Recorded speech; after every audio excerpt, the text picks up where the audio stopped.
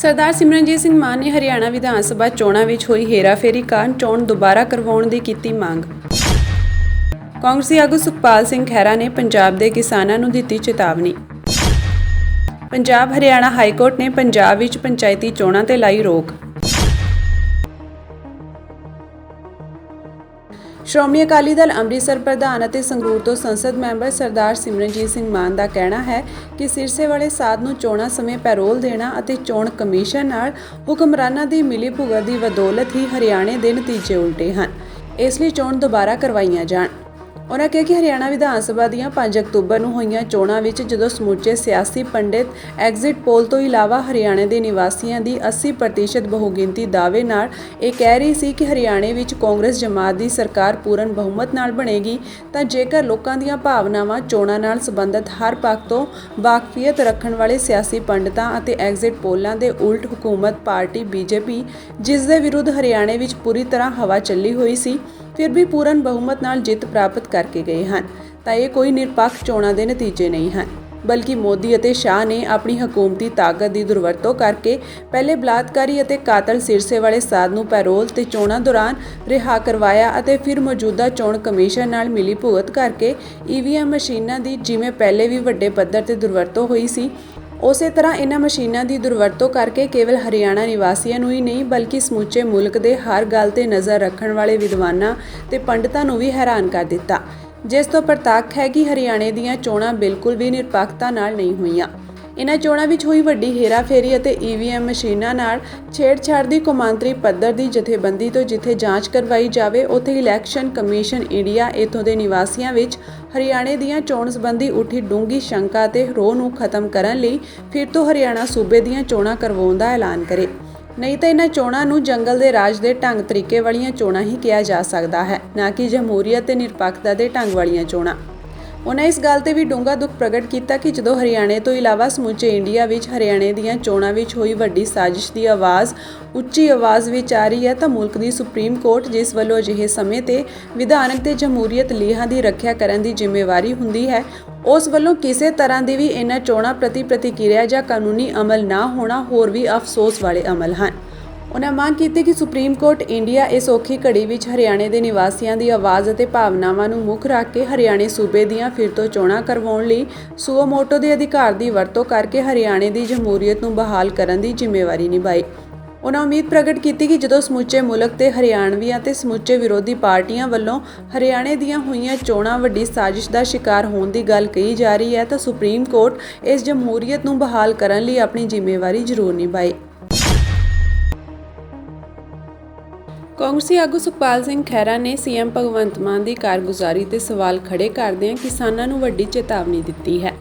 ਉਨ੍ਹਾਂ ਕਿਹਾ ਕਿ ਮੈਂ ਕਿਸਾਨਾਂ ਨੂੰ ਚੇਤਾਵਨੀ ਦੇਣਾ ਚਾਹੁੰਦਾ ਹਾਂ ਕਿ ਉਹ ਭਗਵੰਤ ਮਾਨ ਦੇ ਕਹਿਣ ਤੇ ਲਾਈਆਂ PR 126 ਅਤੇ ਹਾਈਬ੍ਰਿਡ ਕਿਸਮਾਂ ਕਾਰਨ ਇਸ ਸੀਜ਼ਨ ਵਿੱਚ ਆਪਣੀ ਲੁੱਟ ਲਈ ਤਿਆਰ ਰਹਿਣ।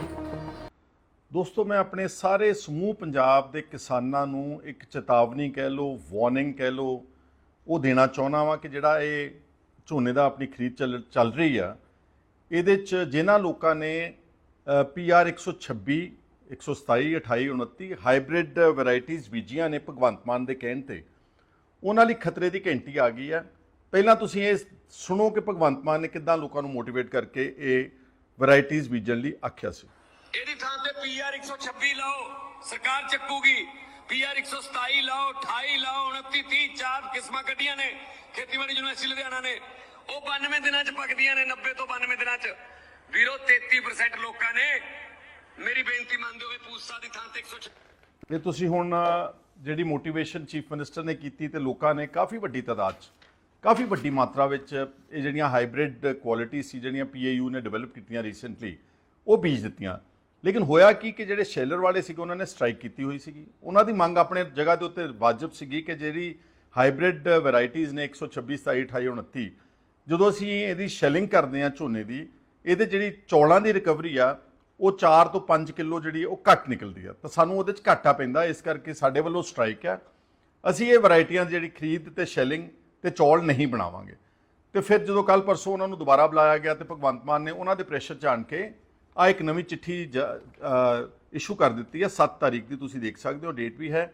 ਇਸ ਚਿੱਠੀ ਦੇ ਮੁਤਾਬਕ ਪੰਜਾਬ ਸਰਕਾਰ ਨੇ ਇੱਕ ਨਵੇਂ ਆਦੇਸ਼ ਦਿੱਤੇ ਨੇ ਕਿ ਤੁਸੀਂ ਇਹ ਜਿਹੜੀਆਂ hybrid varieties Punjab agriculture university ਨੇ ਡਿਵੈਲਪ ਕੀਤੀਆਂ ਸੀ, ਇਹਦੀ ਰੀਟੈਸਟਿੰਗ ਕੀਤੀ ਜਾਵੇ। ਇਹਨਾਂ ਦੀ ਆਊਟ ਟਰਨ ਰੇਸ਼ੋ ਕਿੰਨੀ ਆ, ਯਾਨੀ ਕਿ ਇਹਨਾਂ ਦਾ ਜਿਹੜਾ ਚੌਲ ਨਿਕਲਣ ਦਾ ਜਿਹੜਾ ਰੇਸ਼ੋ ਉਹ ਕਿੰਨੀ ਆਵੇਗੀ, ਉਹ ਦੁਬਾਰਾ ਚੈੱਕ ਕੀਤਾ ਜਾਵੇ। ਫਰਜ਼ ਕਰੋ ਨਹੀਂ, ਇਹ ਪੱਕੀ ਗੱਲ ਹੀ ਆ ਕਿ ਇਹਨਾਂ ਦੀ ਜਿਹੜੀ ਰਿਕਵਰੀ ਜਾਂ ਚੌਲ ਬਣਨ ਵੇਲੇ ਉਹ ਪੁਰਾਣੀਆਂ ਵੈਰਾਈਟੀਜ਼ ਜਿਹੜੀਆਂ ਆਪਾਂ ਸਟੈਂਡਰਡਾਈਜ਼ ਵਰਤਦੇ ਸੀ ਉਹਨਾਂ ਨਾਲੋਂ ਚੌਲ ਘੱਟ ਨਿਕਲਦਾ। ਤਾਂ ਹੁਣ ਇਸ ਚਿੱਠੀ ਦਾ ਮਤਲਬ ਇਹ ਹੋਵੇਗਾ ਕਿ ਸਾਰਾ ਖਰੀਦ ਖਦਸ਼ੇ 'ਚ ਪੈ ਗਈ ਹੈ, ਔਰ ਮੈਨੂੰ ਲੱਗਦਾ ਵਾ ਕਿ ਮੰਡੀਆਂ ਦੇ ਵਿੱਚ ਇਹ ਵੈਰਾਈਟੀਜ਼ ਜਿਹੜੀਆਂ ਪੰਜਾਬ ਸਰਕਾਰ ਚੁੱਕਣ ਤੋਂ ਗੁਰੇਜ਼ ਕਰੇਗੀ। ਜਿਹੜੇ ਰਾਈਸ ਸ਼ੈਲਰ ਐਸੋਸੀਏਸ਼ਨ ਆ ਉਹ ਇਹਦੀ ਸ਼ੈਲਿੰਗ ਕਰਨ ਤੋਂ ਗੁਰੇਜ਼ ਕਰਨਗੇ, ਤਾਂ ਅਲਟੀਮੇਟਲੀ ਇਹਦਾ ਸਾਰਾ ਖਮਿਆਜ਼ਾ ਪੰਜਾਬ ਦੇ ਕਿਸਾਨਾਂ ਨੂੰ ਭੁਗਤਣਾ ਪਵੇਗਾ। ਜੋ ਵੀ MSP ਆਪਣੀ ਹੈ 2300 ਕੁਛ ਰੁਪਏ ਪ੍ਰਤੀ ਕੁਇੰਟਲ, ਉਹਦੇ ਨਾਲ ਤੁਹਾਨੂੰ 200, 300, 400 ਰੁਪਏ ਪ੍ਰਤੀ ਕੁਇੰਟਲ ਘੱਟ ਰੇਟ ਮਿਲਣ ਦੇ ਆਸਾਰ ਨੇ। ਪੰਜਾਬ ਹਰਿਆਣਾ ਹਾਈ ਕੋਰਟ ਨੇ ਮੁੱਖ ਮੰਤਰੀ ਭਗਵੰਤ ਮਾਨ ਦੀ ਅਗਵਾਈ ਹੇਠਲੀ ਪੰਚਾਇਤੀ ਚੋਣਾਂ ਨੂੰ ਲੈ ਕੇ ਪੰਜਾਬ ਸਰਕਾਰ ਨੂੰ ਵੱਡਾ ਝਟਕਾ ਦਿੱਤਾ ਹੈ। ਹਾਈ ਕੋਰਟ ਨੇ ਪੰਚਾਇਤੀ ਚੋਣਾਂ ਵਿੱਚ ਧੱਕੇਸ਼ਾਹੀ ਅਤੇ ਧਾਂਦਲੀਆਂ ਨੂੰ ਲੈ ਕੇ ਕਈ ਪਿੰਡਾਂ ਵਿੱਚੋਂ ਦਾਖਲ ਪਟੀਸ਼ਨ ਤੇ ਕਾਰਵਾਈ ਕਰਦਿਆਂ ਪੰਚਾਇਤੀ ਚੋਣਾਂ ਤੇ ਰੋਕ ਲਗਾ ਦਿੱਤੀ ਹੈ। ਜਾਣਕਾਰੀ ਅਨੁਸਾਰ ਹਾਈ ਕੋਰਟ ਨੇ ਇਹ ਰੋਕ ਅਦਾਲਤ ਵਿੱਚ ਦਾਖਲ ਕੀਤੀਆਂ ਗਈਆਂ 250 ਪਟੀਸ਼ਨਾਂ ਨੂੰ ਲੈ ਕੇ ਲਾਈ ਹੈ, ਜਿੱਥੇ ਹੁਣ ਪੰਚਾਇਤਾਂ ਦੀ ਅਗਲੇ ਹੁਕਮਾਂ ਤੱਕ ਚੋਣ ਨਹੀਂ ਹੋਵੇਗੀ। ਦੱਸ ਦੇ ਕਿ ਪੰਚਾਇਤੀ ਚੋਣਾਂ ਨੂੰ ਰੱਦ ਕਰਨ ਅਤੇ ਧਾਂਦਲੀਆਂ ਨੂੰ ਲੈ ਕੇ ਵਿਰੋਧੀ ਧਿਰਾਂ ਵੱਲੋਂ ਲਗਾਤਾਰ ਚੋਣਾਂ ਰੱਦ ਕਰਨ ਨੂੰ ਲੈ ਕੇ ਪਟੀਸ਼ਨਾਂ ਦਾਖਲ ਕੀਤੀਆਂ ਗਈਆਂ ਹਨ। ਇਸ ਤੋਂ ਪਹਿਲਾਂ ਅੱਜ ਮਾਮਲੇ ਦੀ ਸੁਣਵਾਈ ਦੌਰਾਨ ਹਾਈ ਕੋਰਟ ਨੇ ਪੰਜਾਬ ਸਰਕਾਰ ਨੂੰ ਝਾੜ ਪਾਉਂਦਿਆਂ ਸਖਤ ਰੁਖ ਅਖਤਿਆਰ ਕੀਤਾ ਸੀ। ਹਾਈ ਕੋਰਟ ਨੇ ਪੰਜਾਬ ਸਰਕਾਰ ਨੂੰ ਕਿਹਾ ਸੀ ਕਿ 1 ਘੰਟੇ ਦੇ ਅੰਦਰ ਦੱਸੋ ਕਿ ਕਿਵੇਂ ਚੋਣ ਅਧਿਕਾਰੀ ਨਿਯੁਕਤ ਕੀਤੇ ਗਏ ਸੀ। ਉਹਨਾਂ ਇਹ ਵੀ ਕਿਹਾ ਕਿ ਅਰਾਜਕਤਾ ਅਤੇ ਲੋਕਤਾਂਤਰਿਕ ਪ੍ਰਕਿਰਿਆ ਦੀ ਉਲੰਘਣਾ ਹੋ ਰਹੀ ਹੈ। ਹਾਈ ਕੋਰਟ ਨੇ ਪੰਜਾਬ ਸਰਕਾਰ ਨੂੰ ਪੁੱਛਿਆ ਸੀ ਕਿ ਕੀ ਸਰਕਾਰ ਪੰਚਾਇਤੀ ਚੋਣਾਂ ਦਾ ਨੋਟੀਫਿਕੇਸ਼ਨ ਵਾਪਸ ਲੈ ਕੇ ਚੋਣਾਂ ਨਵੇਂ ਸਿਰੇ ਤੋਂ ਵਧੀਆ ਤਰੀਕੇ ਨਾਲ ਕਰਵਾਉਣ ਲਈ ਤਿਆਰ ਹੈ, ਨਹੀਂ ਤਾਂ ਹਾਈ ਕੋਰਟ ਨੂੰ ਇਸ ਸੰਬੰਧੀ ਸਖਤ ਰੁਖ ਜਾਰੀ ਕਰਨੇ ਪੈਣਗੇ। ਉਪਰੰਤ ਹਾਈ ਕੋਰਟ ਨੇ ਸੁਣਵਾਈ ਨੂੰ 1 ਘੰਟੇ ਲਈ ਮੁਅੱਤਲ ਕਰ ਦਿੱਤਾ ਸੀ। ਇਸ ਤੋਂ ਬਾਅਦ ਹੁਣ ਦਾਖਲ ਪਟੀਸ਼ਨਾਂ ਤੇ ਸੁਣਵਾਈ ਕਰਦਿਆਂ ਹਾਈ ਕੋਰਟ ਨੇ 250 ਪਟੀਸ਼ਨਾਂ ਦੀਆਂ ਪੰਚਾਇਤੀ ਚੋਣਾਂ ਤੇ ਰੋਕ ਲਗਾ ਦਿੱਤੀ ਹੈ। देखो आज अगर ये लड़ाई जीती गई है तो ये उस टीम वर्क करके जीती गई है, और खास करके मेरे साथी जिन्हों ने पटिशनां ड्राफ्ट कीतियां, लड़ाई लड़ी कोर्ट दे विच जाके, सो इंटायर लीगल टीम दी जित है जिन्हों ने ये इंसाफ दिवाया लोगों नूं। और अज हालात बने की हुए ने पंजाब दे विच। पंजाब दे विच सरपंच चोण कोई नहीं हो रही, पंजाब दे विच सरपंचियां ते कब्जे हो रहे ने, और सरकारी MLA सरकार आपदे नजदीकियां नूं सरकारी तंत्र वरत के काबज करा रही है। और ये हुण विरोधी तरह का एलीगेशन नहीं रहा, क्योंकि तुसी अज तक किते देखिया नहीं होना कि चलदा इलैक्शन प्रोसैस स्टे हो जाए। कोई कोर्ट अगर एक बार इलैक्शन प्रोसैस शुरू हो जाए उन्होंने स्टे नहीं करते, पर अगर अज पंजाब दे विच पंचायतां दीयां चोणां स्टे होईयां ने तो उहदा इक्को एक मुख कारण है कि उरे धक्केशाही जिहड़ी ओह जग ज़ाहिर हो चुकी है। और कल जज साहब ने भी यह गल कही है कि असी भी वीडियो देखी है, ये कल कोर्ट बोल रहे हैं। कदे जज साहब ऐसी ऑब्जरवेशन देन बहुत घट होंदा, कल कोर्ट ने ऑब्जरवेशन दी है कि असी खुद वीडियो देखिया ने किस तरीके लोकां नूं नॉमिनेशन पेपर नहीं फाइल करन दिता जा रहा, नॉमिनेशन पेपर फाड़े जा रहे ने, पुलिस कैंडीडेट्स नूं कुट रही है। जिस तरीके जमहूरीयत दा कतल हो रहा है, असी अपनी अखां नहीं बंद कर सकते। आरओ अखां बंद कर लवे, चीफ इलैक्शन कमिश्नर पंजाब दे अपनी अखां बंद कर लैण, पर हाई कोर्ट ने स्पष्ट कहा कि असी अपनी अखां नहीं बंद कर सकते। ये जो पंजाब दे विच हो रहा है ये वाकई जमहूरीयत दा कतल है। और अज भी साडे एडवोकेट परमवीर सनी साहब होण, सौरभ भाटिया होण, इन्हां ने अज पटिशनां हाई कोर्ट दे विच आर्गू कीतियां ने। ਉਹ ਪਟੀਸ਼ਨਾਂ ਦੇ ਵਿੱਚ ਵੀ ਅੱਜ ਹਾਈ ਕੋਰਟ ਨੇ ਫੇਰ ਰਿਲੀਫ ਦਿੱਤਾ ਔਰ 48 ਲੋਕਾਂ ਨੂੰ ਜਿਨ੍ਹਾਂ ਦੇ ਗੈਰ ਕਾਨੂੰਨੀ ਤੌਰ ਤੇ ਕਾਗਜ਼ ਰੱਦ ਕੀਤੇ ਗਏ ਨੇ ਉਹ ਲੋਕਾਂ ਨੂੰ ਹਾਈ ਕੋਰਟ ਨੇ ਕਿਹਾ ਕਿ ਇਹਨਾਂ ਦੇ ਕਾਗਜ਼ ਸਹੀ ਨੇ ਔਰ ਇਹਨਾਂ ਨੂੰ ਤੁਸੀਂ ਚੋਣ ਲੜਨ ਦਿਓ। ਔਰ ਖਾਸ ਕਰਕੇ ਜਿਹੜਾ ਘਰਾਚੋਂ ਹੈ ਜਿੱਥੋਂ ਮੁੱਖ ਮੰਤਰੀ ਦਾ OSD ਜਿਹੜਾ ਰਾਜਵੀਰ ਹੈ ਉਹਨੇ ਆਪਣੇ ਪਿੰਡ ਦੇ ਵਿੱਚ ਸਾਰਿਆਂ ਦੇ ਕਾਗਜ਼ ਰਿਜੈਕਟ ਕਰਾ ਕੇ ਆਪਣਾ ਨਿਰਵਿਰੋਧ ਸਰਪੰਚ ਚੁਣਿਆ। ਉਸ ਪਿੰਡ ਦੇ ਵਿੱਚ ਵੀ ਹੁਣ ਦੁਬਾਰਾ ਚੋਣ ਹੋਊਗੀ ਅੱਜ ਦੇ ਹਾਈ ਕੋਰਟ ਦੇ ਹੁਕਮਾਂ ਮੁਤਾਬਕ। ਕਾਂਗਰਸੀ ਆਗੂ ਪ੍ਰਤਾਪ ਸਿੰਘ ਬਾਜਵਾ ਨੇ ਆਮ ਆਦਮੀ ਪਾਰਟੀ ਦੇ ਕਨਵੀਨਰ ਅਰਵਿੰਦ ਕੇਜਰੀਵਾਲ ਤੇ ਨਿਸ਼ਾਨਾ ਸਾਧਿਆ ਹੈ। ਉਹਨਾਂ ਕਿਹਾ ਕਿ ਮੈਂ ਪਹਿਲਾਂ ਵੀ ਕਿਹਾ ਹੈ ਕਿ ਅਰਵਿੰਦ ਕੇਜਰੀਵਾਲ ਦਾ ਪੰਜਾਬ ਦਾ ਸ਼ਾਸਨ ਸੰਭਾਲਣਾ ਸਾਫ਼ ਨਜ਼ਰ ਆ ਰਿਹਾ ਹੈ। ਪੰਜਾਬ ਦੇ ਮੰਤਰੀਆਂ ਨੂੰ ਦਿੱਲੀ ਬੁਲਾਏ ਜਾਣ ਅਤੇ ਮੁੱਖ ਮੰਤਰੀ ਭਗਵੰਤ ਮਾਨ ਨੂੰ ਪਾਸੇ ਕੀਤੇ ਜਾਣ ਨਾਲ ਕੇਜਰੀਵਾਲ ਦਾ ਹੁਣ ਪੂਰਾ ਕੰਟਰੋਲ ਹੋ ਗਿਆ ਹੈ। ਭਗਵੰਤ ਮਾਨ ਦੇ ਦੋ ਹੋਰ ਨਜ਼ਦੀਕੀ ਸਾਥੀਆਂ ਦੇ ਅਸਤੀਫੇ ਦੇ ਨਾਲ ਹੁਣ ਇਹ ਸਪਸ਼ਟ ਹੈ ਕਿ ਪੰਜਾਬ ਦਿੱਲੀ ਕੇਂਦਰਿਤ ਕੰਟਰੋਲ ਦੁਆਰਾ ਘੇਰਾਬੰਦੀ ਵਿੱਚ ਹੈ। ਪਰ ਪੰਜਾਬ ਦੇ ਲੋਕਾਂ ਨੇ ਕਦੇ ਵੀ ਦਿੱਲੀ ਦੀ ਤਾਨਾਸ਼ਾਹੀ ਨੂੰ ਸਵੀਕਾਰ ਨਹੀਂ ਕੀਤਾ ਤੇ ਨਾ ਹੀ ਹੁਣ ਕਰਨਗੇ। ਕਾਂਗਰਸ ਤੋਂ ਬਾਅਦ ਅਕਾਲੀ ਦਲ ਬਾਦਲ ਨੇ ਵੀ ਅਰਵਿੰਦ ਕੇਜਰੀਵਾਲ ਤੇ ਨਿਸ਼ਾਨਾ ਸਾਧਿਆ ਹੈ। ਅਕਾਲੀ ਆਗੂ ਵਿਕਰਮ ਮਜੀਠੀਆ ਨੇ ਕਿਹਾ ਕਿ ਉਹਨਾਂ ਨੇ ਕੁਝ ਦਿਨ ਪਹਿਲਾਂ 5 ਅਕਤੂਬਰ ਨੂੰ ਹੀ ਕਹਿ ਦਿੱਤਾ ਸੀ ਕਿ ਬਲਤੇਜ ਪੰਨੂ ਦਾ ਅਸਤੀਫਾ ਲੈ ਲਿਆ ਜਾਵੇਗਾ। ਰਾਜਬੀਰ ਤੇ ਦੂਜਿਆਂ ਦੀ ਛੁੱਟੀ ਵੀ ਤੈਅ ਹੈ। ਮੁੱਖ ਮੰਤਰੀ ਦੇ ਸਲਾਹਕਾਰ ਅਤੇ OSD ਕੈਨੇਡੀਅਨ ਸਿਟੀਜ਼ਨ ਹਨ ਅਤੇ ਉਹਨਾਂ ਦੇ ਪਰਿਵਾਰ ਵੀ ਉੱਥੇ ਹੀ ਰਹਿ ਰਹੇ ਹਨ। ਮੁੱਖ ਮੰਤਰੀ ਦੇ ਐਡਵਾਈਜ਼ਰ ਅਤੇ OSD ਪਹਿਲਾਂ ਹੀ ਹਵਾਲਾ ਰਾਹੀਂ ਕੈਨੇਡਾ ਅਤੇ ਆਸਟ੍ਰੇਲੀਆ ਪੈਸਾ ਭੇਜ ਚੁੱਕੇ ਹਨ। ਮੈਂ ਕੇਂਦਰ ਸਰਕਾਰ ਨੂੰ ਅਪੀਲ ਕਰਦਾ ਹਾਂ ਕਿ LOC ਜਾਰੀ ਕੀਤੀ ਜਾਵੇ ਤਾਂ ਜੋ ਪੰਜਾਬ ਦਾ ਪੈਸਾ ਲੁੱਟ ਕੇ ਵਿਦੇਸ਼ਾਂ ਵਿੱਚ ਨਾ ਭੱਜ ਜਾਣ। ਹਾਲੇ ਤਾਂ ਯਾਰ ਉਹਦੇ ਉਹੀ ਲੱਥ ਰਹੇ ਆ ਆਪਣਾ ਉਹਦੇ ਐਡਵਾਈਜ਼ਰ ਜੇ ਆ ਛੱਡ ਪਰਾਂ ਐਡਵਾਈਜ਼ਰ ਜੇ ਲੱਥਣ ਦੇ ਆ। ਪੰਨੂ ਹਲੇ ਲਾਇਆ ਕਿ ਨਹੀਂ ਲਾਇਆ ਹਲੇ ਦੇਖਣ ਦੀ ਗੱਲ ਆ, ਲਾ ਦੇਣਾ ਉਹਨੂੰ। ਔਰ ਮੈਂ ਤੁਹਾਨੂੰ ਅੱਜ ਕਹਿ ਰਿਹਾ ਰਾਜਵੀਰ ਨੇ ਦੇਸ਼ ਛੱਡ ਕੇ ਭੱਜ ਜਾਣਾ। ਉਹਦੇ OSD ਨੇ ਉਹਨੇ ਕਰੋੜਾਂ ਦਾ ਹਵਾਲਾ, ਉਹਦਾ ਸਾਰਾ ਜਿਹੜਾ ਪਰਿਵਾਰ ਹੈ ਉਹ ਕੈਨੇਡੀਅਨ ਸਿਟੀਜ਼ਨ ਹੈ, ਕਰੋੜਾਂ ਦਾ ਹਵਾਲਾ ਕੈਨੇਡਾ ਨੂੰ ਔਰ ਆਸਟ੍ਰੇਲੀਆ ਪੈਸੇ ਭੇਜੇ ਗਏ। ਇਸ ਲਈ ਮੈਂ ਸੈਂਟਰ ਗਵਰਨਮੈਂਟ ਨੂੰ ਅਪੀਲ ਕਰਦਾ ਕਿ ਇਹਨਾਂ ਦਾ LOC ਕੱਢ ਦਿਓ। ਇਹ ਕਈ ਭੱਜਣੇ ਆ, ਪੰਨੂ ਵੀ ਆਪ NRI ਆ, ਇਹ ਕਈ ਇੱਥੇ ਲੱਭਣੇ ਨਹੀਂ ਜਿਹੜੇ ਚੀਫ ਮਿਨਿਸਟਰ ਦੇ ਦਫ਼ਤਰ 'ਚ ਬੈਠੇ ਆ। ਹੁਣ ਵੇਖਣ ਦੀ ਗੱਲ ਤਾਂ ਇਹ ਹੈ ਕਿ ਚੀਫ ਮਿਨਿਸਟਰ ਸਾਹਿਬ ਦੇ ਐਡਵਾਈਜ਼ਰ ਪਹਿਲਾਂ ਜਾਣਗੇ ਕਿ ਉਹਨਾਂ ਦਾ ਲਿਵਰ ਦਾ ਟ੍ਰਾਂਸਪਲਾਂਟ ਪਹਿਲਾਂ ਹੋਊਗਾ। ਗੱਲ ਤਾਂ ਇੰਨੀ ਵੇਖਣ ਵਾਲੀ ਹੈ। ਸ਼੍ਰੋਮਣੀ ਅਕਾਲੀ ਦਲ ਬਾਦਲ ਵੱਲੋਂ ਪੰਚਾਇਤੀ ਚੋਣਾਂ ਵਿੱਚ ਹੋਏ ਧੱਕੇਸ਼ਾਹੀ ਖਿਲਾਫ ਗਿੱਦੜਬਾਹਾ ਵਿਖੇ ਧਰਨਾ ਲਗਾਤਾਰ ਜਾਰੀ ਹੈ। ਇਸ ਮੌਕੇ ਸ਼੍ਰੋਮਣੀ ਅਕਾਲੀ ਦਲ ਦੇ ਪ੍ਰਧਾਨ ਸੁਖਬੀਰ ਬਾਦਲ ਨੇ ਸੰਬੋਧਨ ਕੀਤਾ। ਇਸ ਮੌਕੇ ਉਹਨਾਂ ਆਮ ਆਦਮੀ ਪਾਰਟੀ ਤੇ ਨਿਸ਼ਾਨਾ ਸਾਧਿਆ ਤੇ ਆਮ ਆਦਮੀ ਪਾਰਟੀ ਦੀ ਸਰਕਾਰ ਦੀ ਕਾਰਗੁਜ਼ਾਰੀ ਤੇ ਸਵਾਲ ਵੀ ਖੜੇ ਕੀਤੇ। ਨਹੀਂ ਤਾਂ ਕੀ ਹੁੰਦੇ ਸੀ, ਸਰਕਾਰ ਕਾਗਜ਼ ਜਦੋਂ ਭਰਦੇ ਸੀ ਉਦੋਂ ਭਰ ਨਹੀਂ ਦਿੰਦੇ ਹੁੰਦੇ ਸੀ ਜਾਂ ਉੱਥੇ ਹੀ ਕੱਢ ਕੁੱਟ ਲੈਂਦੇ ਸੀ ਤੇ ਰਿਜੈਕਟ ਕਰ ਦਿੰਦੇ ਸੀ। ਇੱਥੇ ਕਾਗਜ਼ ਭਰਤੇ, ਕਾਗਜ਼ ਪਾਸ ਹੋ ਗਏ, ਲਿਸਟਾਂ ਬਣ ਕੇ ਲੱਗ ਗਈਆਂ ਪ੍ਰਵਾਨ। ਅਗਲੇ ਦਿਨ ਵਿਡਰੋਲ ਹੈ ਉਹ ਵੀ ਟੱਪ ਗਿਆ। ਜਦੋਂ ਸਾਰਾ ਕੁਝ ਟੱਪ ਗਿਆ ਤੇ ਸਵੇਰੇ ਲਿਸਟ ਆ ਗਈ ਨਵੀਂ, ਕੱਲਾ ਆ ਸਰਬਸੰਮਤੀ ਨਾਲ ਚੁਣਿਆ ਗਿਆ। ਆ ਕੋਈ ਇਲੈਕਸ਼ਨ ਪਟੀਸ਼ਨ ਨਹੀਂ ਹੋਣੀ ਇਹਦੀ, ਆ ਤਾਂ ਜੇਲ੍ਹ ਵਾਲਾ ਕੰਮ ਹੈ, ਜੇਲ੍ਹ ਵਾਲਾ ਕੰਮ। 400 ਵੀ ਹੈ। ਮੈਂ DC ਤੋਂ ਸਾਰੇ ਸਾਡੇ ਕੋਲੇ ਕਾਗਜ਼ ਆ ਗਏ ਆ।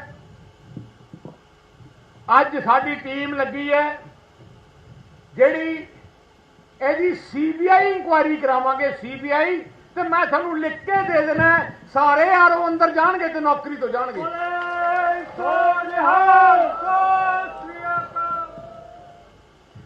ਤੁਸੀਂ ਹੈਰਾਨ ਰਹਿ ਜਾਓਗੇ, ਅੱਜ ਅਖਬਾਰ 'ਚ ਆਇਆ ਕਿ ਆਮ ਆਦਮੀ ਸਰਕਾਰ ਦਾ ਪਹਿਲਾ ਇਲੈਕਸ਼ਨ ਵਿੱਚ 3800 ਸਰਪੰਚ ਚੁਣੇ ਗਏ ਆ। 3800 ਸਰਪੰਚ ਚੁਣੇ ਗਏ ਆ ਤੇ 49000 ਸਰਪੰਚ ਚੁਣੇ ਗਏ ਆ। ਇਲੈਕਸ਼ਨ ਹੋਏ ਹੀ ਨਹੀਂ। 49000 ਪੰਚ ਆ ਕੋਈ ਇਲੈਕਸ਼ਨ ਹੈ? ਜਦੋਂ ਮੈਨੂੰ ਕੱਲ ਪਰਸੋਂ ਸਾਨੂੰ ਪਤਾ ਲੱਗਿਆ, ਮੈਂ ਦਫ਼ਤਰ 'ਚ ਵੀ ਉੱਥੇ ਟੀਮ ਬਣਾਈ, ਵਕੀਲਾਂ ਦੀ ਸਾਡੀ ਟੀਮ ਬੈਠੀ। ਆ ਜਿਹੜੇ 250 ਪੰਚਾਇਤਾਂ ਦੇ ਸਟੇ ਹੋਏ ਆ, ਤਕਰੀਬਨ 150 ਤਾਂ ਅਕਾਲੀ ਦਲ ਦੇ ਆਪਣੇ ਵਕੀਲਾਂ ਦੀ ਟੀਮ ਨੇ ਸਟੇ ਕਰਾਏ ਆ। 50 ਵਕੀਲ ਅਸੀਂ ਖੜੇ ਕੀਤੇ ਆ। ਤੇ ਮੈਂ ਅੱਜ ਕਹਿਣਾ ਚਾਹਣਾ, ਜਿਹਦਾ ਵੀ ਕੋਈ ਕਾਗਜ਼ ਰੱਦ ਹੋਇਆ, ਸਾਡਾ ਗਿੱਦੜਵੇ ਦਫ਼ਤਰ ਹੈ। ਤੁਹਾਨੂੰ ਸਾਰਿਆਂ ਨੂੰ ਪਤਾ ਹੈ ਦਫ਼ਤਰ ਕਿੱਥੇ ਹੈ? ਸ਼ਹਿਰ 'ਚ, ਪ੍ਰਧਾਨ ਜੀ ਦੀ ਦੁਕਾਨ ਤੇ ਸ਼ਹਿਰ 'ਚ ਆਪਣਾ ਦਫ਼ਤਰ ਹੈ। ਜਿੰਨੀ ਛੇਤੀ ਤੁਸੀਂ ਲੈ ਕੇ ਕਾਗਜ਼ ਆ ਜਾਓ, ਭਾਵੇਂ ਕਾਂਗਰਸੀ ਹੈ ਭਾਵੇਂ ਕੋਈ ਹੈ, ਕੋਈ ਗੱਲ ਨਹੀਂ, ਅਸੀਂ ਵੀ ਤੁਹਾਡੀ ਲੜਾਈ ਲੜ ਲਾਂਗੇ। ਕੋਈ ਤੁਹਾਡੇ ਬੰਦਿਆਂ ਨੇ ਨਹੀਂ ਲੜਾਈ ਲੜਨੀ। ਮੈਂ ਇੱਥੇ ਹੀ ਦੇ ਦਿਓ ਕਾਗਜ਼। ਅੱਜ ਹੁਣੀ ਮੇਰੇ ਵਕੀਲਾਂ ਨੇ ਜਿਹੜਾ ਸਾਡੀ ਟੀਮ ਆ ਦੱਸ ਰਹੇ ਸੀ ਕਿ ਅੱਜ ਮੋਗਾ ਜ਼ਿਲ੍ਹਾ, ਤਰਨਤਾਰਨ ਤੇ ਪਟਿਆਲੇ ਜ਼ਿਲ੍ਹੇ ਦੇ ਕਈ ਪੰਚਾਇਤਾਂ ਦੇ ਇਲੈਕਸ਼ਨ ਸਟੇ ਅੱਜ ਵੀ ਹੋ ਗਏ ਆ। ਸਾਡੇ ਵਕੀਲਾਂ ਨੇ ਦੱਸਿਆ ਕਿ 300 ਪਟੀਸ਼ਨਾਂ ਅਸੀਂ ਅੱਜ ਦਾਖਲ ਕਰਤੀਆਂ ਜਿਹੜੀਆਂ ਕੱਲ ਲੱਗਣਗੀਆਂ। ਸੋ ਜਿੰਨੀ ਛੇਤੀ ਤੁਸੀਂ ਆਪਣੇ ਕਾਗਜ਼ ਸਾਨੂੰ ਦੇ ਦੋਗੇ, ਸਾਡੀ ਟੀਮ ਇੱਥੋਂ ਸਿੱਧੀ ਗੱਡੀ ਲੈ ਕੇ ਚੰਡੀਗੜ੍ਹ ਸਾਡੀ ਟੀਮ ਬੈਠੀ ਹੈ, 40-50 ਵਕੀਲ ਮੈਂ ਕਰੀ ਬੈਠਾ। ਤੁਹਾਡਾ ਕੋਈ ਖਰਚਾ ਨਹੀਂ ਹੋਊਗਾ, ਸਾਰੀ ਜ਼ਿੰਮੇਵਾਰੀ ਮੇਰੀ ਹੈ। ਤੁਸੀਂ ਇਕੱਲੇ ਆਪਣੇ ਕਾਗਜ਼ ਸਾਡੇ ਕੋਲੇ ਪਹੁੰਚਾ ਦਿਓ, ਤੁਹਾਡੀ ਲੜਾਈ ਲੜਾਂਗੇ, ਅਖੀਰ ਤੱਕ ਲੜਾਂਗੇ।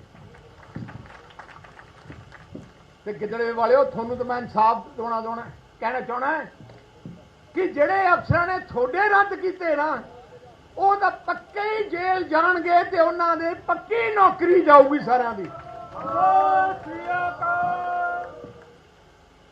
ਤੇ ਮੈਨੂੰ ਲੱਗਦਾ ਹੈ ਜਿਨ੍ਹਾਂ ਨੇ ਕਰਾਏ ਹੈ ਉਹ ਵੀ ਵਿੱਚ ਹੀ ਜਾਣਗੇ, ਕਿਉਂਕਿ 420 ਦੇ ਵਿੱਚ ਹੋ ਜਾਣਗੇ। ਯੂਕਰੇਨ ਦੀ ਸੈਨਾ ਨੇ ਅੱਜ ਕਿਹਾ ਕਿ ਉਹਨਾਂ ਦੇ ਡਰੋਨ ਨੇ ਰੂਸ ਅੰਦਰ ਇੱਕ ਹੋਰ ਅਹਿਮ ਹਥਿਆਰ ਡਿਪੂ ਤੇ ਹਮਲਾ ਕੀਤਾ ਹੈ। ਇਸ ਤੋਂ 3 ਹਫ਼ਤੇ ਪਹਿਲਾਂ ਰੂਸ ਦੇ ਅਹਿਮ ਹਥਿਆਰ ਡਿਪੂ ਤੇ, ਜਦਕਿ 3 ਦਿਨ ਪਹਿਲਾਂ ਰੂਸ ਦੇ ਕਬਜ਼ੇ ਹੇਠਲੇ ਕ੍ਰੀਮੀਆ ਵਿੱਚ ਤੇਲ ਟਰਮੀਨਲ ਤੇ ਵੀ ਡਰੋਨ ਨਾਲ ਹਮਲਾ ਕੀਤਾ ਗਿਆ ਸੀ। ਯੂਕਰੇਨ ਦੇ ਜਨਰਲ ਸਟਾਫ ਨੇ ਬਿਆਨ ਵਿੱਚ ਕਿਹਾ ਕਿ ਲੰਘੀ ਰਾਤ ਦੇ ਹਮਲੇ ਵਿੱਚ ਰੂਸ ਦੇ ਬ੍ਰਾਂਸਕ ਸਰਹੱਦੀ ਖੇਤਰ ਵਿੱਚ ਇੱਕ ਹਥਿਆਰਾਂ ਦੇ ਡਿਪੂ ਨੂੰ ਨਿਸ਼ਾਨਾ ਬਣਾਇਆ ਗਿਆ, ਜਿੱਥੇ ਮਿਜ਼ਾਈਲਾਂ ਤੇ ਤੋਪਖਾਨੇ ਦੇ ਹਥਿਆਰ ਰੱਖੇ ਗਏ ਸਨ। ਇਨ੍ਹਾਂ 'ਚੋਂ ਕੁਝ ਹਥਿਆਰ ਉੱਤਰੀ ਕੋਰੀਆ ਵੱਲੋਂ ਵੰਡੇ ਗਏ ਸਨ। ਉਹਨਾਂ ਦੱਸਿਆ ਕਿ ਯੂਕਰੇਨ ਦੇ ਰਿਹਾਇਸ਼ੀ ਇਲਾਕਿਆਂ ਤੇ ਹਮਲੇ ਕਰਨ ਵਾਲੇ ਅਤੇ ਯੂਕਰੇਨੀ ਸੈਨਾ ਦੇ ਸੁਰੱਖਿਆ ਪ੍ਰਬੰਧ ਨੂੰ ਨੁਕਸਾਨ ਪਹੁੰਚਾਉਣ ਵਾਲੇ ਅਤਿ ਸ਼ਕਤੀਸ਼ਾਲੀ ਗਲਾਈਡ ਬੰਬ ਵੀ ਇਸੇ ਹਥਿਆਰ ਡਿਪੂ ਵਿੱਚ ਰੱਖੇ ਗਏ ਸਨ ਤੇ ਕੁਝ ਗੋਲਾ ਬਾਰੂਦ ਖੁੱਲ੍ਹੇ ਵਿੱਚ ਰੱਖਿਆ ਹੋਇਆ ਸੀ। ਹਥਿਆਰਾਂ ਦਾ ਇਹ ਡਿਪੂ ਯੂਕਰੇਨ ਦੀ ਸਰਹੱਦ ਤੋਂ 115 ਕਿਲੋਮੀਟਰ ਦੂਰ ਸਥਿਤ ਸੀ। ਉਹਨਾਂ ਕਿਹਾ ਕਿ ਅਜਿਹੇ ਹਥਿਆਰਾਂ ਦੇ ਭੰਡਾਰ ਤੇ ਹਮਲਾ ਕਰਨ ਨਾਲ ਰੂਸੀ ਸੈਨਾ ਲਈ ਗੰਭੀਰ ਸਮੱਸਿਆਵਾਂ ਪੈਦਾ ਹੁੰਦੀਆਂ ਹਨ ਤੇ ਉਸ ਦੀ ਹਮਲਾਵਰ ਸਮਰੱਥਾ ਘੱਟ ਹੋ ਜਾਂਦੀ ਹੈ।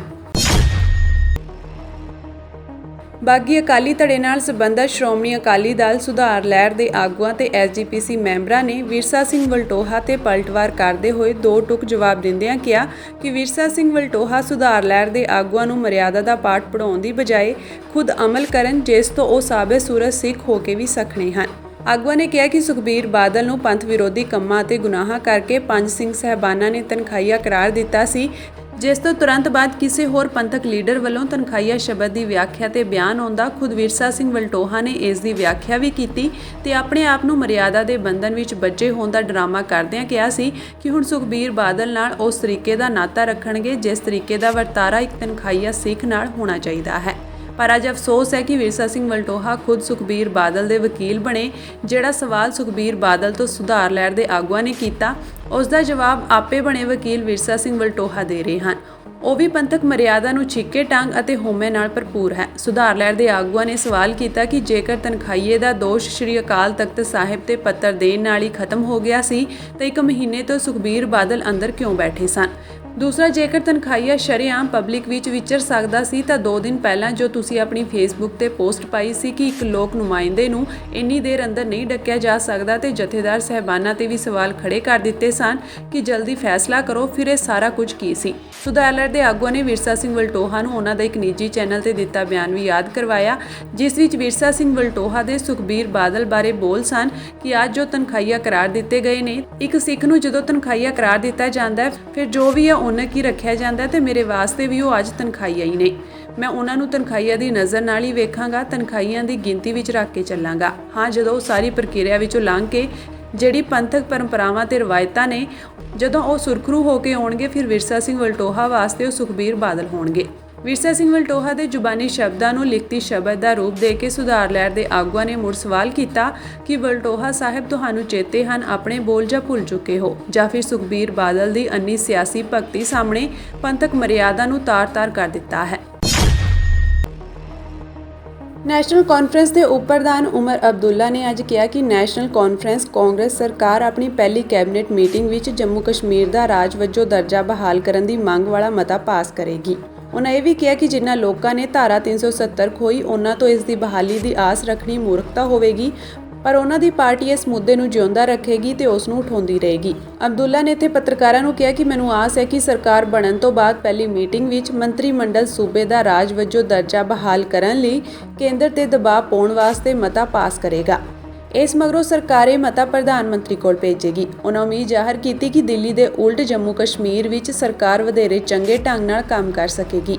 ਇਹ ਪੁੱਛੇ ਜਾਣ ਤੇ ਕਿ ਜੰਮੂ ਕਸ਼ਮੀਰ ਸਰਕਾਰ ਤੇ ਕੇਂਦਰ ਵਿਚਾਲੇ ਤਾਲਮੇਲ ਕਿੰਨਾ ਜ਼ਰੂਰੀ ਹੈ, ਉਹਨਾਂ ਕਿਹਾ ਕਿ ਨਵੀਂ ਦਿੱਲੀ ਨਾਲ ਟਕਰਾਓ ਲੈ ਕੇ ਕੁਝ ਹਾਸਲ ਨਹੀਂ ਕੀਤਾ ਜਾ ਸਕਦਾ। ਉਹਨਾਂ ਕਿਹਾ ਕਿ ਪਹਿਲਾਂ ਸਰਕਾਰ ਬਣਨ ਦਿਓ, ਇਹ ਸਵਾਲ ਮੁੱਖ ਮੰਤਰੀ ਤੋਂ ਪੁੱਛਿਆ ਜਾਣਾ ਚਾਹੀਦਾ ਹੈ। ਨਵੀਂ ਦਿੱਲੀ ਨਾਲ ਸੁਹਿਰਦਤਾ ਵਾਲੇ ਸਬੰਧ ਹੋਣੇ ਚਾਹੀਦੇ ਹਨ। ਮੇਰੀ ਮੁੱਖ ਮੰਤਰੀ ਨੂੰ ਸਲਾਹ ਹੋਵੇਗੀ ਕਿ ਅਸੀਂ ਕੇਂਦਰ ਨਾਲ ਟਕਰਾਓ ਵਿੱਚ ਪੈ ਕੇ ਕਿਸੇ ਵੀ ਮੁੱਦੇ ਦਾ ਹੱਲ ਨਹੀਂ ਕਰ ਸਕਦੇ। ਉਹਨਾਂ ਕਿਹਾ ਕਿ ਨੈਸ਼ਨਲ ਕਾਨਫਰੰਸ ਸਰਕਾਰ ਗਠਨ ਦੀ ਪ੍ਰਕਿਰਿਆ ਸ਼ੁਰੂ ਕਰਨ ਲਈ ਭਲਕੇ ਵਿਧਾਇਕ ਦਲ ਦੀ ਮੀਟਿੰਗ ਸੱਦੇਗੀ। ਉਹਨਾਂ ਉਮੀਦ ਜ਼ਾਹਿਰ ਕੀਤੀ ਕਿ ਅਗਲੇ ਕੁਝ ਦਿਨਾਂ ਵਿੱਚ ਨਵੀਂ ਸਰਕਾਰ ਬਣ ਜਾਵੇਗੀ। PDP ਦੇ ਗੱਠਜੋੜ ਸਰਕਾਰ ਦਾ ਹਿੱਸਾ ਹੋਣ ਸੰਬੰਧੀ ਉਹਨਾਂ ਕਿਹਾ ਕਿ ਹਾਲੇ ਤੱਕ ਇਸ ਤੇ ਕੋਈ ਚਰਚਾ ਨਹੀਂ ਹੋਈ ਹੈ। ਸ਼੍ਰੋਮਣੀ ਕਮੇਟੀ ਦੀ ਅੰਤਿਮ ਕਮੇਟੀ ਮੈਂਬਰ ਰਹੇ ਮਾਸਟਰ ਮਿੱਠੂ ਸਿੰਘ ਕਾਹਨ ਕੇ ਮੈਂਬਰ ਸ਼੍ਰੋਮਣੀ ਗੁਰਦੁਆਰਾ ਪ੍ਰਬੰਧਕ ਕਮੇਟੀ ਨੇ ਇੱਕ ਖਾਸ ਮੁਲਾਕਾਤ ਵਿੱਚ ਦੱਸਿਆ ਕਿ ਸ਼੍ਰੋਮਣੀ ਅਕਾਲੀ ਦਲ ਪੰਥ ਦੀ ਸਿਰਮੌਰ ਜਥੇਬੰਦੀ ਹੈ ਤੇ ਇਸ ਦੀ ਸਥਾਪਨਾ ਵੀ ਅੱਜ ਤੋਂ 104 ਸਾਲ ਪਹਿਲਾਂ ਸ਼੍ਰੀ ਅਕਾਲ ਤਖਤ ਸਾਹਿਬ ਤੇ ਹੋਈ ਸੀ, ਜਿਸ ਕਰਕੇ ਜਥੇਬੰਦੀ ਹਮੇਸ਼ਾ ਹੀ ਸ਼੍ਰੀ ਅਕਾਲ ਤਖਤ ਸਾਹਿਬ ਨੂੰ ਸਮਰਪਿਤ ਰਹੀ ਹੈ। ਜਦੋਂ ਕਦੇ ਵੀ ਇਸ ਜਥੇਬੰਦੀ ਦੇ ਪ੍ਰਬੰਧਾਂ ਵਿੱਚ ਕੋਈ ਨਿਘਾਰ ਆਇਆ ਹੈ ਤਾਂ ਹਮੇਸ਼ਾ ਸ਼੍ਰੀ ਅਕਾਲ ਤਖਤ ਸਾਹਿਬ ਨੇ ਆਪਣੇ ਦਖਲ ਨਾਲ ਜਥੇਬੰਦੀ ਨੂੰ ਦੁਬਾਰਾ ਫੇਰ ਚੜ੍ਹਦੀ ਕਲਾ ਵਾਲੀ ਸੇਧ ਮੁਹੱਈਆ ਕਰਵਾਈ ਹੈ। ਪਰ ਜਦੋਂ ਤੋਂ ਇਸ ਜਥੇਬੰਦੀ ਉੱਪਰ ਇੱਕ ਪਰਿਵਾਰ ਦਾ ਕਬਜ਼ਾ ਹੋਇਆ ਹੈ ਤਾਂ ਇਹ ਜਥੇਬੰਦੀ ਦਿਨੋਂ ਦਿਨ ਅਰਸ਼ਾਂ ਤੋਂ ਫਰਸ਼ਾਂ ਤੇ ਆ ਗਈ ਹੈ। ਜਿਹੜਾ ਅਕਾਲੀ ਦਲ ਗੁਰਧਾਮਾਂ ਦੀ ਸੁਚੱਜੀ ਸੇਵਾ ਸੰਭਾਲ ਲਈ ਅਤੇ ਬੇਅਦਬੀਆਂ ਨੂੰ ਰੋਕਣ ਲਈ ਹਮੇਸ਼ਾ ਹਿੱਕ ਢਾਹ ਕੇ ਲੜਦਾ ਹੁੰਦਾ ਸੀ, ਪਰੰਤੂ ਅਫਸੋਸ ਅੱਜ ਉਸੇ ਅਕਾਲੀ ਦਲ ਦੀ ਸਰਕਾਰ ਅੰਦਰ ਬੇਅਦਬੀਆਂ ਦੇ ਦੋਸ਼ੀਆਂ ਨੂੰ ਬਚਾਇਆ ਗਿਆ ਅਤੇ ਬੇਅਦਬੀ ਦਾ ਇਨਸਾਫ ਮੰਗ ਰਹੀਆਂ ਸੰਗਤਾਂ ਉੱਪਰ ਗੋਲੀਆਂ ਚਲਾਈਆਂ ਗਈਆਂ। ਆਪਣੀਆਂ ਚੰਦ ਵੋਟਾਂ ਲਈ ਡੇਰਾਵਾਦ ਨੂੰ ਪ੍ਰਫੁੱਲਤ ਕੀਤਾ ਗਿਆ ਤੇ ਇਹਨਾਂ ਕੁਕਰਮਾਂ ਲਈ ਸ਼੍ਰੀ ਅਕਾਲ ਤਖਤ ਸਾਹਿਬ ਅਤੇ ਸ਼੍ਰੋਮਣੀ ਕਮੇਟੀ ਨੂੰ ਵੀ ਵਰਤਣ ਤੋਂ ਗੁਰੇਜ਼ ਨਹੀਂ ਕੀਤਾ ਗਿਆ। ਪਿਛਲੇ ਦਿਨਾਂ ਵਿੱਚ ਅਕਾਲੀ ਦਲ ਦੇ ਦੋ ਧੜਿਆਂ ਨੇ ਆਪੋ ਆਪਣਾ ਪੱਖ ਜਥੇਦਾਰ ਸ਼੍ਰੀ ਅਕਾਲ ਤਖਤ ਸਾਹਿਬ ਦੇ ਸਨਮੁਖ ਪੇਸ਼ ਕਰ ਦਿੱਤਾ ਹੈ। ਉਹਨਾਂ ਕਿਹਾ ਕਿ ਪਰ ਇਹ ਸਮਝ ਤੋਂ ਬਾਹਰ ਦੀ ਗੱਲ ਹੈ ਕਿ ਹੁਣ ਜਥੇਦਾਰ ਜੀ ਕਿਹੜੇ ਸਮੇਂ ਦੀ ਉਡੀਕ ਕਰ ਰਹੇ ਹਨ। ਭਾਵੇਂ ਸ਼੍ਰੀ ਅਕਾਲ ਤਖਤ ਸਾਹਿਬ ਤੋਂ ਸੁਖਬੀਰ ਬਾਦਲ ਨੂੰ ਤਨਖਾਹੀਆ ਕਰਾਰ ਦੇ ਦਿੱਤਾ ਗਿਆ, ਪਰੰਤੂ ਇਕੱਲੇ ਇੰਨੇ ਨਾਲ ਹੀ ਤਾਂ ਨਹੀਂ ਸਰਨਾ, ਸਗੋਂ ਉਹ ਤਾਂ ਤਨਖਾਹੀਆ ਹੋਣ ਦੇ ਬਾਵਜੂਦ ਵੀ ਜਨਤਕ ਇਕੱਠਾਂ ਨੂੰ ਸੰਬੋਧਨ ਕਰ ਰਹੇ ਹਨ, ਜਦੋਂ ਕਿ ਪੰਥਕ ਰਹਿਤ ਮਰਿਆਦਾ ਅਨੁਸਾਰ ਤਨਖਾਹੀਆ ਬੰਦਾ ਜਿੰਨਾ ਸਮਾਂ ਸ਼੍ਰੀ ਅਕਾਲ ਤਖਤ ਸਾਹਿਬ ਤੋਂ ਲੱਗੀ ਸਜ਼ਾ ਪੂਰੀ ਨਹੀਂ ਕਰ ਲੈਂਦਾ, ਉਹਨਾਂ ਸਮਾਂ ਪੰਥਕ ਇਕੱਠਾਂ ਵਿੱਚ ਸ਼ਾਮਿਲ ਨਹੀਂ ਹੋ ਸਕਦਾ। ਪਰ ਸੁਖਬੀਰ ਬਾਦਲ ਪੰਥਕ ਪਰੰਪਰਾਵਾਂ ਦੀ ਘੋਰ ਉਲੰਘਣਾ ਕਰ ਰਹੇ ਹਨ, ਜਿਸ ਦਾ ਜਥੇਦਾਰ ਵੱਲੋਂ ਗੰਭੀਰ ਨੋਟਿਸ ਲਿਆ ਜਾਣਾ ਚਾਹੀਦਾ ਹੈ। ਉਹਨਾਂ ਕਿਹਾ ਕਿ ਸਮੁੱਚਾ ਪੰਥ ਸ਼੍ਰੋਮਣੀ ਅਕਾਲੀ ਦਲ ਦਾ ਬੇੜਾ ਗਰਕ ਕਰਨ ਲਈ ਜ਼ਿੰਮੇਵਾਰ ਵਿਅਕਤੀਆਂ ਨੂੰ ਜਥੇਦਾਰ ਵੱਲੋਂ ਸੁਣਾਈ ਜਾਣ ਵਾਲੀ ਸਜ਼ਾ ਦੀ ਬੜੀ ਬੇਸਬਰੀ ਨਾਲ ਉਡੀਕ ਕਰ ਰਿਹਾ ਹੈ।